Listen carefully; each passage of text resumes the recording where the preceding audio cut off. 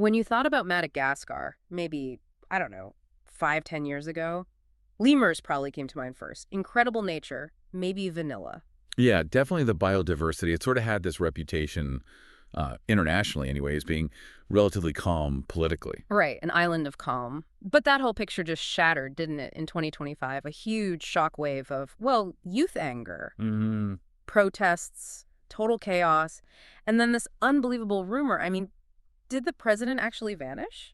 Well, that became the million-dollar question, didn't it? Eh. Look, this wasn't just some minor election spat. It was a full-blown crisis, and honestly, most international analysts just didn't see it coming. Which is exactly why we're doing this deep dive for you today. Yeah, we're going through everything, the news reports, the academic takes, the social media flood, trying to figure out what really defined this moment. Was it, a genuine revolution? Or maybe some kind of complex political theater. Or was it something new? Yeah. Like the first big digital reckoning driven entirely by Gen Z? So our mission here is really to decode how all that chaos happened. We want to zoom right in on how the younger generation used digital tools effectively to completely reshape the power dynamic on the island. And I think the main thing to grasp right from the start is that you can't just look at this through an old-school political lens. The whole thing, its roots, were fundamentally in economics and technology. Okay. So let's set the scene first. What was the situation before everything blew up? The man in charge was President Rajoelina. Right. And he's interesting because he wasn't your typical politician, was he? Not at all. Our sources keep highlighting his background: former DJ, a very successful TV entrepreneur, super media savvy. He knew how to craft an image. Exactly. And his whole campaign pitch was basically stability, modernization, let's speed things up. And that's important, his skill with traditional media. But the stability he was selling just wasn't connecting with the biggest demographic group, the youth. For anyone under 30, the economic reality was, well, it felt like a ticking clock. And it wasn't just numbers on a page, abstract unemployment stats. No, it was personal. Totally. The sources really focus on the frustration of young graduates.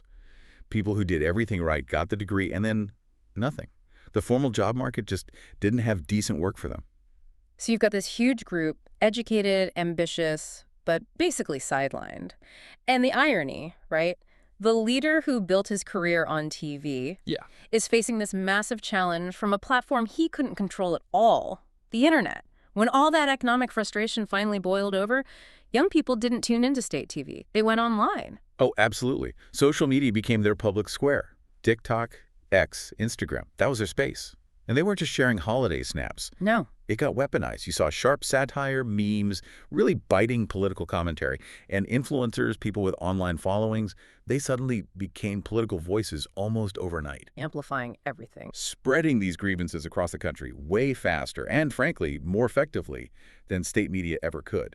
It was totally out of the government's control. Okay, so this digital pressure cooker is building. Yeah. But you usually need something specific, right? A spark, a catalyst to turn online anger into actual street protests. And that spark arrived.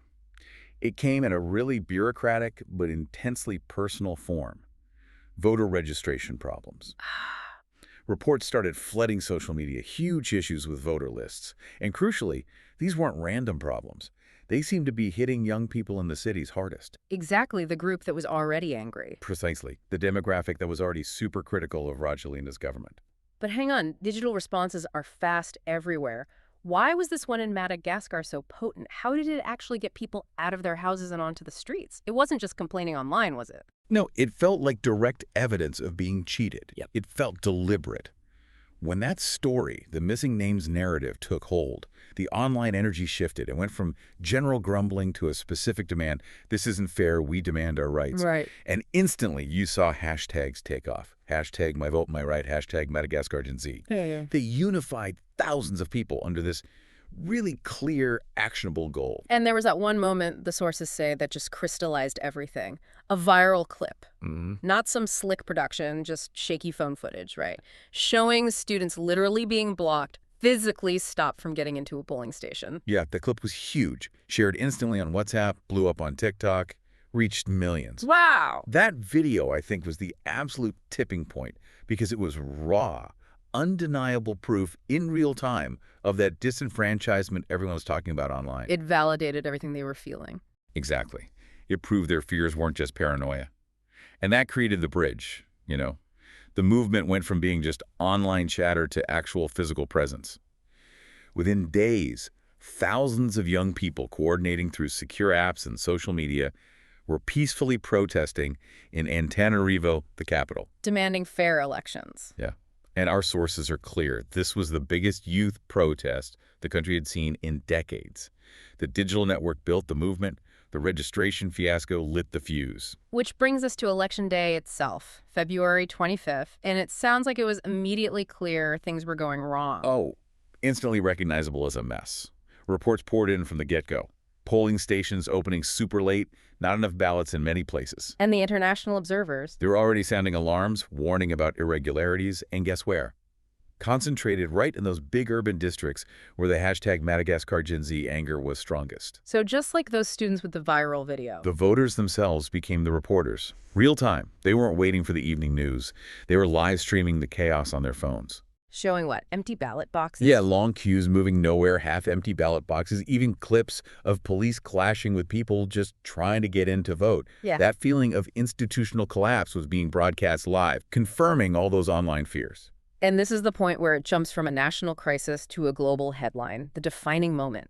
Suddenly, everywhere, the headline, President Rajoelina flees capital as protests escalate. And the information war just exploded. That moment was absolutely critical because suddenly there was this vacuum. No reliable information. It was total. Just rumors. Wild rumors he's on a private jet. No, wait, it was a planned security move. The government frantically put out denials through official channels, but it was too late. The image was already out there. The leader running scared from his own capital.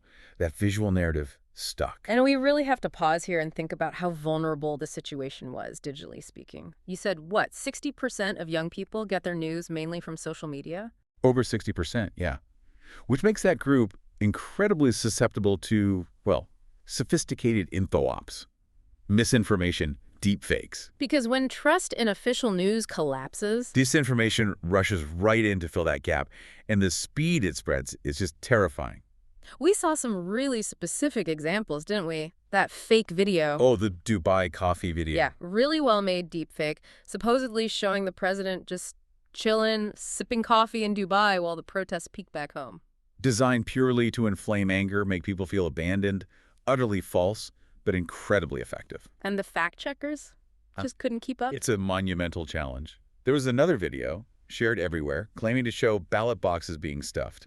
Turned out, after investigation, it was from a completely different election, years ago in another country. Wow. But by the time you debunk it, the damage is done. The lie has already spread through thousands of private WhatsApp groups. You almost can't pull it back. The Election Commission tried, right? They went on TV, called for calm, promised audits. They did. They promised transparency, audits of the disputed polling stations. But honestly, based on our sources, public trust had just hit rock bottom by then. People heard those promises through this thick filter of suspicion. Once those digital seeds of doubt are sown, they're really hard to weed out. Extremely hard. So, okay, the world is watching this unfold. What was the international reaction to this? Well, this very unique digital uprising.